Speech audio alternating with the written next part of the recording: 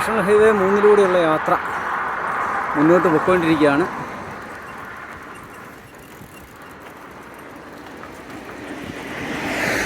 സമയം 10:30 ചൂട് കൂടിയിട്ടുണ്ട്. ഒരു 12 മണി വരെ സൈക്കിൾ ചവിട്ടിയിട്ട് പതിയെ നിർത്താമെന്നാണ് വിചാരിക്കുന്നത്. അതോടൊപ്പം തന്നെ മൊബൈലിനൊരു സേഫ്റ്റി ഗ്ലാസ് വാങ്ങിച്ചിടണം. അല്ല നമ്മുടെ ടച്ച് കംപ്ലൈൻ്റ് ആവും. അങ്ങനെ ഒരു കുഴപ്പമുണ്ട് ഈ മൊബൈലിന്.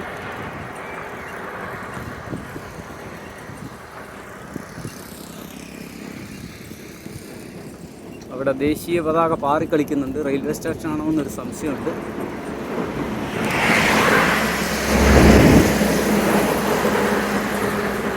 നമ്മൾ കാസർഗോഡ് എത്തിയോ എന്നൊരു സംശയം. കാരണം അതേപോലെയുള്ള ഒരു ഭൂപ്രകൃതിയിലൂടെയാണ് ഞാൻ കടന്നു പോകുന്നത്. ഇതുണ്ടോ, അതായത് ചീങ്കല്ലാണ് മൊത്തം. കാസർഗോഡിൻ്റെ ഒരു ഭൂപ്രകൃതിയാണ് കാണുന്നത്. ചീങ്കല്ല്, അതിനിടയ്ക്ക് ഓരോരോ ഫാക്ടറികളുണ്ട്. ചിലതെല്ലാം നിന്നുപോയ ഫാക്ടറികളാണ്. അതുപോലെ തന്നെ മലയുടെ മുകളിലേക്ക് നോക്കിയാൽ ഇതുണ്ടോ, കുന്നുകളൊക്കെ ഉണങ്ങാൻ തുടങ്ങി. മരങ്ങൾ മാത്രമേ ഉള്ളൂ. മഞ്ഞുകാലം തുടങ്ങിയതിൻ്റെ ഒരു ഇതാണ് കാണിക്കുന്നത്. അപ്പോൾ കാസർഗോഡിൻ്റെ ഒരു പ്രകൃതി ഭംഗി പോലെ തന്നെ നമുക്ക് ഈ ചീങ്കല്ലുകളാണ് കാണാൻ പറ്റുന്നത്. അപ്പോൾ ഈ ഹൈവേയിലെ ഈ കയറ്റം കൂടി ഒന്ന് തള്ളിക്കയറ്റിയാൽ ഒരു 1.5 കിലോമീറ്റർ നമുക്ക് ഇറക്കം കിട്ടും. ചെറിയ ചെറിയ കുന്നുകളാണ് ഇനിയുള്ളത്. അതുകൊണ്ട് തന്നെ നമുക്ക് കുഴപ്പമില്ല, വലിയ കുഴപ്പമില്ലാത്ത രീതിയിൽ പോകുന്നുണ്ട്. പിന്നെ കാറ്റുണ്ട്, അതുകൊണ്ട് നമുക്ക് ക്ഷീണം തോന്നുന്നില്ല. അങ്ങകലെയൊക്കെ മലകൾ കാണാൻ പറ്റും കേട്ടോ. വലിയ മലനിരകളാണ് കാണുന്നത് അങ്ങ് പുറകിൽ. പക്ഷെ പൊടിപടലം ഉള്ളതുകൊണ്ട് അതൊന്നും നമുക്ക് വ്യക്തമായിട്ട് കാണാൻ പറ്റുന്നില്ല. വല്ലാത്ത കാറ്റായിപ്പോൾ. കാറ്റടിക്കുമ്പോഴത്തേനും ഇടയ്ക്ക് വണ്ടി വരുമ്പോഴേ സൈക്കിൾ മറിയുമോ എന്നുള്ളൊരു പേടി എപ്പോഴും ഉണ്ട്. കാറ്റടിച്ചുകൊണ്ടിരിക്കുമ്പോൾ അതിനെ കട്ട് ചെയ്തിട്ട് പിന്നെ കാറ്റ് വരുമ്പോഴത്തേനുള്ളൊരു ബുദ്ധിമുട്ടാണ്. വലിയ ഇത് ട്രെയിലറുകൾ വരുമ്പോൾ ഇപ്പോൾ ഇത് അത് തന്നെയാണ് അവസ്ഥ. കാറ്റ് കട്ടായിട്ട് പിന്നെ കാറ്റ് കയറി വരുമ്പോഴത്തേനും നമുക്ക് പണ്ട് സംഭവിച്ചിരുന്ന പോലെ തന്നെ നമുക്ക് മുൻപ് ഒരു വണ്ടി നമ്മുടെ സൈക്കിൾ മറിയാനുള്ള കാരണം ഉണ്ടായത് എങ്ങനെയാണ്.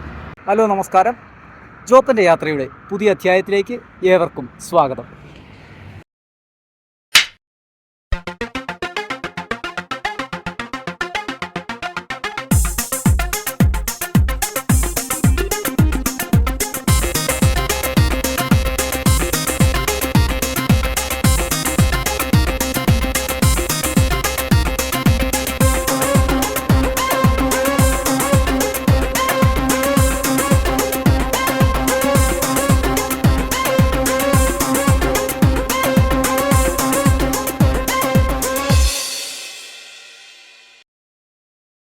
അപ്പം നമുക്ക് ഹൈവേയിൽ വരുന്ന വഴിക്ക് ഒരു നല്ല സ്ഥലം കിട്ടി. ഇവിടെ കുളിക്കാനൊക്കെയുള്ളൊരു സൗകര്യം കിട്ടി. അതുകൊണ്ട് നമ്മൾ കുളിച്ച് കേട്ടോ. കുളിയൊക്കെ കഴിഞ്ഞിട്ട് എല്ലാം ഉണങ്ങാനൊക്കെ ഇട്ടിരിക്കുകയാണ്. അപ്പോൾ തന്നെ ഇപ്പോൾ ഉച്ചയായി.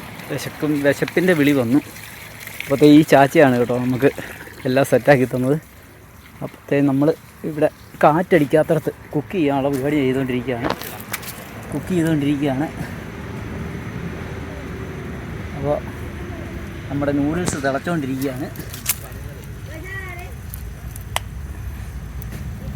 ഇവിടെ കുളിക്കാനൊക്കെയുള്ള സൗകര്യം കേട്ടോ. ഇതിൻ്റെ മുകളിലൊരു ടാങ്കൊക്കെ ഉണ്ട്. വലിയ ടാങ്ക് വെച്ചിട്ട് അവിടെ നിന്നാണ് വെള്ളം ഇങ്ങോട്ട് വിടുന്നത്. ഉണ്ടോ, വാട്ടർ ടാങ്കൊക്കെ വെച്ചിട്ടുണ്ട്. ഇതിലെ വെള്ളം ഒഴുകി വന്നുകൊണ്ടിരുന്ന സ്ഥലമാണ്. അങ്ങനെ ആൾക്കാർക്ക് കുളിക്കാനുള്ളൊരു സൗകര്യം ചെയ്ത് വെച്ചിരിക്കുന്നതാണ്. അപ്പോഴത്തെ ഞാൻ നൂഡിൽസ് തിളച്ചുകൊണ്ടിരിക്കുകയാണ്. അപ്പോൾ ഇതൊന്ന് തിളച്ച് കഴിഞ്ഞ് മസാലയൊക്കെ ഇട്ട് ഒരു മുട്ടയും പൊട്ടിച്ചൊഴിച്ചാൽ നമ്മുടെ പരിപാടി കഴിഞ്ഞ്. അപ്പോൾ ഉച്ചയ്ക്ക് നൂഡിൽസ് കഴിച്ചിട്ട് പതിയെ ഇച്ചിരി വിശ്രമിച്ചിട്ട് ഒരു വീഡിയോ എഡിറ്റ് ചെയ്യാണ്ട് അതൊക്കെ കഴിഞ്ഞിട്ട് പതിയെ യാത്ര ചെയ്യാമെന്നാണ് വിചാരിക്കുന്നത്.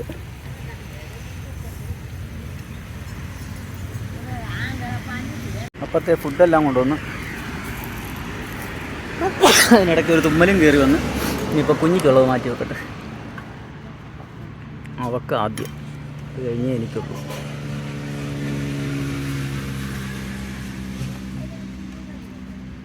അവക്കുള്ളത് ആദ്യം മാറ്റി വെക്കട്ടെ.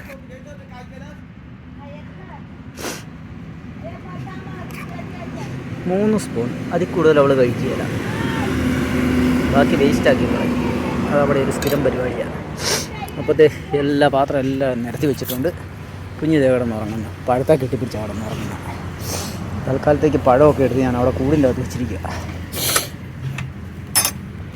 ഇതെല്ലാം കൂടി അങ്ങോട്ടൊന്ന് എടുത്ത് വെക്കട്ടെ. അവൾക്ക് തണുത്ത് കഴിയുമ്പം തീറ്റ കൊടുക്കണം. അതിന് മുമ്പ് ഞാൻ തണുക്കുന്നതിന് മുമ്പ് കഴിക്കട്ടെ. ജലദോഷം പിടിക്കും. ജലദോഷങ്ങളിൽ ഒരു ദോഷമായ ജലദോഷം. ഇതുണ്ടോ, ഹൈവേയുടെ സൈഡിലാണ് കേട്ടോ. അങ്ങേ സൈഡിൽ കൂടി ഒരു ഹൈവേ പോകുന്നുണ്ട്. നമ്മൾ വരുന്ന വഴിയിലെ ഒരു മനോഹര കാഴ്ച കാണിച്ചു തരാം. കൊയ്ത്ത് കഴിഞ്ഞ നെൽപ്പാടമാണ് കേട്ടോ. ഇത് മുഴുവൻ കൊയ്ത്ത് കഴിഞ്ഞ നെൽപ്പാടമാണ്. അതോടൊപ്പം തന്നെ ദേ ആ മുകളിൽ കണ്ടോ ഒരു ഗ്രാമം. ഇതാണ് ഇവിടുത്തെ ഒരു ഗ്രാമത്തിൻ്റെ ഭംഗി കേട്ടോ. കാരണം ഇനിയിപ്പോൾ വരണ്ടുണങ്ങിയ കാലാവസ്ഥയിൽ ഇതുപോലെ പായൽ പിടിച്ച, മഴക്കാലത്ത് പായൽ പിടിച്ച കെട്ടിടങ്ങളൊക്കെയാണ് നമുക്ക് കാണാൻ പറ്റുക. ഇനി ഇവിടെ മുഴുവൻ തരിശായിട്ട് കിടക്കുന്ന കാണാം. കാരണം മറ്റൊന്നുമല്ല, ചൂട് കൂടാൻ തുടങ്ങി. ഒരു 2 ആഴ്ചയായുള്ളൂ മഴ നിന്നിട്ട്. 2 ആഴ്ചയല്ല, 1.5 ആഴ്ച ആയതേ ഉള്ളൂ. ഒരു 10 ദിവസത്തിൽ കൂടുതലായില്ല മഴ നിന്നിട്ട്. അപ്പോൾ തന്നെ അങ്ങ് മൊട്ടക്കുന്നുകളുടെ മുകളിലൊക്കെ ആ പുല്ലെല്ലാം ഉണങ്ങി വെള്ളമില്ലാത്ത അവസ്ഥയിലേക്ക് എത്തി. ഇനി അങ്ങോട്ടുള്ള കാഴ്ചകളൊക്കെ ഇതുപോലെ തന്നെ ആയിരിക്കും. പക്ഷേ ഈ ഗ്രാമഭംഗി കണ്ടപ്പോൾ വളരെ സന്തോഷം തോന്നി. നല്ല രസമുള്ള ഒരു ഗ്രാമം. ഇവിടെ ഒരു ക്ഷേത്രം പോലെയുള്ള ഒരു സെറ്റപ്പുണ്ട്. അവരുടെ ആ വിളവെടുപ്പിനും ഞാറ് നടുന്ന സമയത്തുമൊക്കെ ഉള്ള ഒരു സെറ്റപ്പാണെന്ന് തോന്നുന്നു. അപ്പോൾ ശരി, നമ്മുടെ യാത്ര മുന്നോട്ട് പോവുകയാണ്. മനോഹരമായ ഗ്രാമക്കാഴ്ചകളിലൂടെ നമ്മൾ ഇങ്ങനെ മുമ്പോട്ട് പോവുകയാണ്. മഹാരാഷ്ട്രയിൽ നമ്മൾ മുമ്പ് കണ്ട ഒരു പ്രദേശത്തിൻ്റെ രീതിയല്ല ഇനി അങ്ങോട്ട്. കാരണം മഴക്കാലത്ത് തഴച്ചു വളർന്നു നിന്നിരുന്ന മരങ്ങളും പുല്ലുകളും പുൽമേടുകളും എല്ലാം ഉണങ്ങുന്ന ഒരു കാഴ്ചയാണ്. ഈ ഇടത്ത് വശം ഫോറസ്റ്റ് ഏരിയയാണ്. അതുപോലെ തന്നെ ദേ അങ്ങോട്ട് നോക്കിയാൽ മുകളിൽ ഫോറസ്റ്റ് ഏരിയ കാണാം. അതുപോലെ തന്നെ പുൽമേടുകളൊക്കെ ഉണങ്ങാൻ തുടങ്ങി. ആ പ്രദേശം മുഴുവൻ ഉണങ്ങിക്കിടക്കുന്നതാണ് നമുക്ക് കാണാൻ പറ്റുക. മുൻപ് അങ്ങനെയല്ലായിരുന്നു. മഴക്കാലമായാൽ എല്ലാം പച്ചപ്പിൽ നിൽക്കുന്ന ഒരു പ്രദേശമാണ് മഹാരാഷ്ട്രയുടെ മണ്ണ്. പക്ഷേ ഇപ്പോൾ മൊത്തം കാഴ്ചകളും മാറി. നമ്മൾ ഗഗൻ ബാവടയിലോ ഒന്നും കണ്ട ഒരു പ്രകൃതിയല്ല ഇനിയുള്ളത് ഉണങ്ങി വരേണ്ട പുൽമേടുകളും വെള്ളമില്ലാത്ത നദികളുമൊക്കെയാണ് നമുക്ക് കാണാൻ പറ്റുക. അവിടെ സാവധാനമൊക്കെ എഴുതി വെച്ചിട്ടുണ്ടായിരുന്നു. അപ്പോൾ ആ ഘാട്ടിറങ്ങി നമ്മൾ താഴോട്ട് പോവുകയാണ്. നമ്മൾ മറ്റു ഘാട്ടുകളിൽ കണ്ട പോലെയല്ല, പുൽമേടുകളൊക്കെ ഉണങ്ങി. അപ്പോൾ പതിയെ നമ്മൾ പോവുകയാണ്. പതിയാണ് യാത്ര. വലിയ സ്പീഡ് എടുത്താൽ ചിലപ്പോൾ പണി കിട്ടിയെന്നിരിക്കും. ഒന്നാമത് സൈഡ് വഴി മൊത്തം ചെറിയ ചെറിയ കുഴികളുള്ളതുകൊണ്ട് സൈക്കിൾ കിടന്ന് തുള്ളിക്കൊണ്ടിരിക്കും. പിന്നെ ഇറക്കമായതുകൊണ്ട് നല്ല ഫാസ്റ്റിലായിരിക്കും വണ്ടികളെല്ലാം പോകുന്നത്. അപ്പോൾ ഈ ഘാട്ടിൻ്റെ കാഴ്ചകളിലേക്ക് നമുക്ക് പോകാം. നാസിക്കിലേക്കുള്ള വഴിയാണ്. ആദ്യമായിട്ടാണ് ഇത്രയും വലിയൊരു ഘാട്ട് കുറച്ച് ദിവസങ്ങൾക്ക് ശേഷം പിടിച്ചിരിക്കുന്നത്. അതുകൊണ്ട് തന്നെ അതിൻ്റെ ഒരു ബുദ്ധിമുട്ട് എങ്ങനെയാണെന്ന് അറിയില്ല. ആ വളവ് ഒരു ഡെഡ് എൻഡാണ്. അതുകൊണ്ട് അവിടെ എത്തിയിട്ടറിയാം അവിടുന്ന് താഴോട്ടേക്കുള്ള യാത്ര എങ്ങനെയാണെന്ന്. മുൻപിൽ മൊട്ടക്കുന്നുകളായിരുന്നു. അതെല്ലാം പുൽമേടുകൾ മുഴുവൻ ഉണങ്ങിയത് നമുക്ക് കാണാൻ പറ്റും. അപ്പോൾ പതിയെ ഘാട്ടിറങ്ങുകയാണ്. അതുകൊണ്ട് അവിടെയൊക്കെ വലിയ വെള്ളച്ചാട്ടങ്ങളുടെ ഒരു മാർക്കിംഗ് ഒക്കെ കാണാൻ പറ്റും. പക്ഷേ ഈ സമയത്തൊന്നും തീരെ, അതായത് വെറും 15 ദിവസം കൊണ്ടാണ് നദികളൊക്കെ വറ്റി വരണ്ട് വെറും പാറക്കല്ല് മാത്രമായി കിടക്കുന്നത് കണ്ടത്.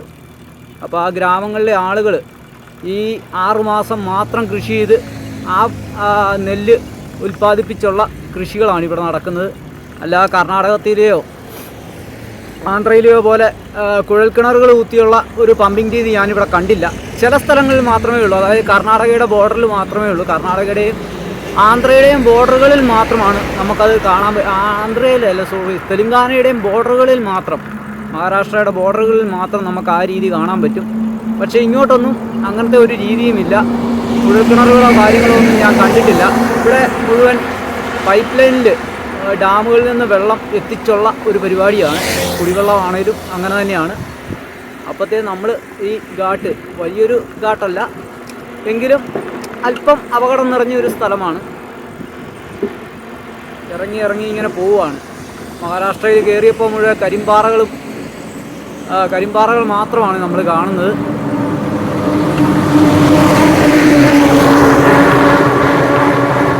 സൂര്യനൊക്കെ അസ്തമിക്കാറായി കേട്ടോ. നമ്മൾ ഈ വന്ന് മനോഹരമായ പ്രദേശത്തെത്തിയിട്ടുണ്ട്. ബൈക്ക് വരുന്നതിന് മുമ്പ് ഞാൻ ഹൈവേ ഒന്ന് ക്രോസ് ചെയ്യാം. ഇത് കണ്ടോ, അങ്ങകലെ നിറയെ മലകളാണ് കേട്ടോ. വലിയ മലകളുടെ ഒരു ശൃംഖലയാണ് കാണുന്നത്. ആ പുറകിലെല്ലാം മലകളാണ്.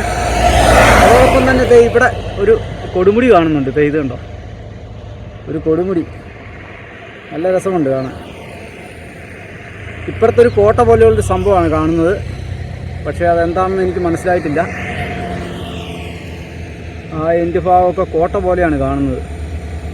ഇതുണ്ടോ, ഇതൊരു കൊടുമുടിയാണ്. അതുപോലെ തന്നെ താഴെ ഗ്രാമപ്രദേശങ്ങളൊക്കെ ധാരാളം കാണാൻ പറ്റും. ഗ്രാമപ്രദേശങ്ങളാണ് കാണുന്നത്.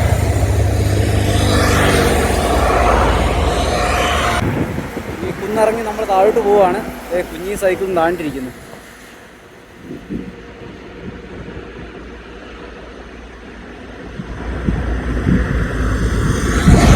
അപ്പോൾ ശരി, നമ്മൾ യാത്ര മുന്നോട്ട് പോവുകയാണ്.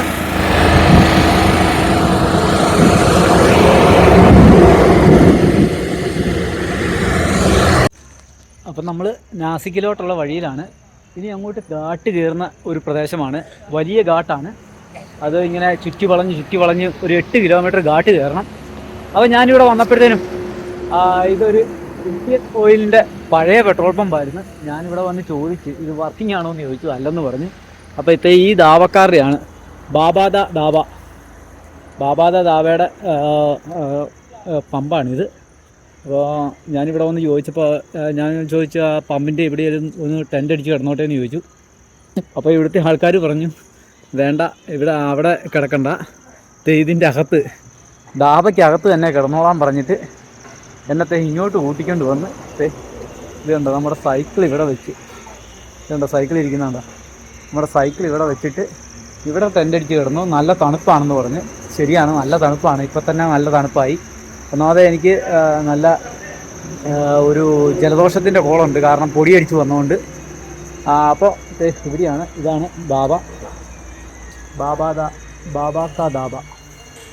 ബാബാക്ക ദാബയാണിത്.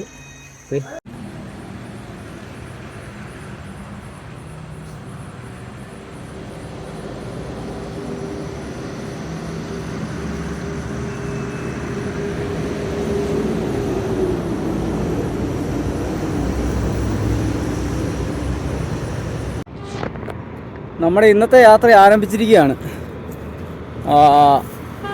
ഈ ഒരു ഘാട്ടിലൂടെയാണ് പോകുന്നത്. ഇഗാത്പുരി ഘാട്ടാണിത്. ഇഗാത്പുരി ഹൈവേ പ്രൈവറ്റ് ലിമിറ്റഡിൻ്റെ അണ്ടറിലുള്ള ഘാട്ടാണ്. അപ്പോൾ അവിടെ നമുക്ക് ട്രെയിനൊക്കെ കിടക്കുന്നത് കാണാം കേട്ടോ. അത് റെയിൽവേ ലൈനാണ്, അതുകൊണ്ട് ട്രെയിൻ കിടക്കുന്നുണ്ടോ. ഇപ്പോൾ ഞാൻ കയറി വരുമ്പോഴാണ് നമ്മുടെ വന്ദേ ഭാരത്, ഇവിടുത്തെ ഒരു വന്ദേ ഭാരത് ആ കയറ്റം കയറി ഇങ്ങനെ പോകുന്നത് കണ്ട്. വളരെ സ്ലോയിലാണ് പോയത്. പക്ഷേ നമുക്ക് സൈക്കിൾ നിർത്താൻ പറ്റില്ല. ഇതുപോലത്തെ ഘാട്ടിലല്ലേ നമ്മൾ കയറി വരുന്നത്. ചുരം കയറി പോവുകയാണ്.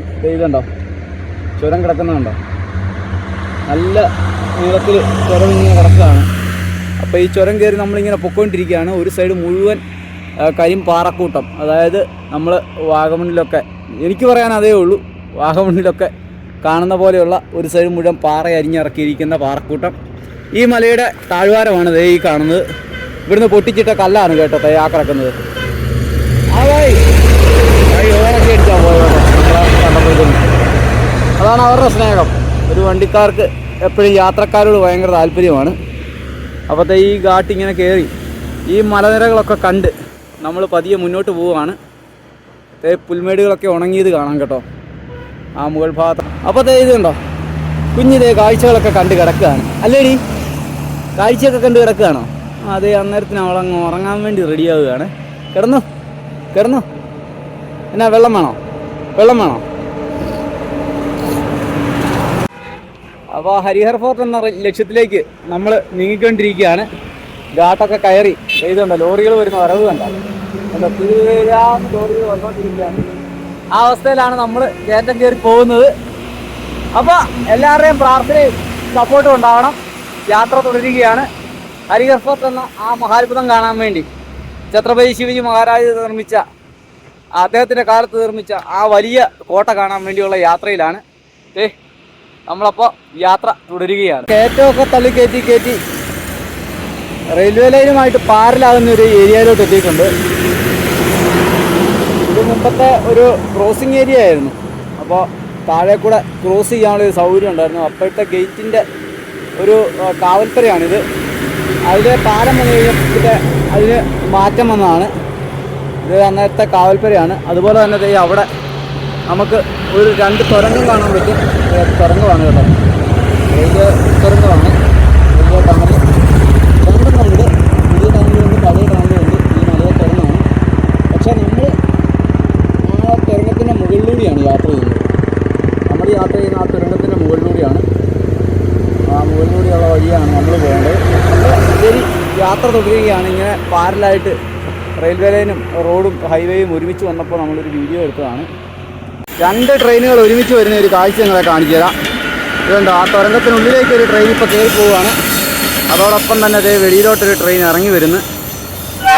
അപ്പോൾ ഈ ഒരു അസുലഭ കാഴ്ചയാണ് നമുക്ക് കിട്ടിയത്. 2 ട്രെയിനുകൾ.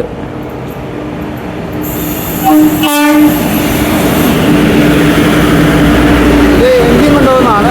ആ ട്രെയിൻ അങ്ങ് പോയി ആ തുരങ്കത്തിൻ്റെ ഉള്ളിലേക്ക് കയറി. ഇല്ല, ആ ട്രെയിൻ തുരങ്കത്തിന് വെളിയിലൂടെയാണ്. അയ്യോ, അത് കൂടാതെ 2 തുരങ്കങ്ങളുണ്ട് കേട്ടോ. വെളിയിലൂടെ ചുറ്റിപ്പോകുന്ന ഒരു റെയിൽപാതയുണ്ട്, പിന്നെ തുരങ്കത്തിനുള്ളിലൂടെ 2 റെയിൽപാതയുണ്ട്. അപ്പോൾ അങ്ങനെ സെപ്പറേറ്റ് ആയിട്ട് 3 റെയിൽപാതയാണ് ഇവിടെ ഉള്ളത്. അതിപ്പോഴാണ് ഞാൻ ശ്രദ്ധിച്ചത്. നമുക്ക് അവിടുന്ന് കാണത്തില്ല. അങ്ങനെ ഇപ്പോൾ ട്രെയിൻ പോകുന്ന കാണുമ്പോഴാണ് 2 തുരങ്കപാതയും ഒരു ഔട്ടർ പാതയും ഉണ്ട്. ഔട്ടർ പാത പഴയതാണ് തോന്നുന്നു.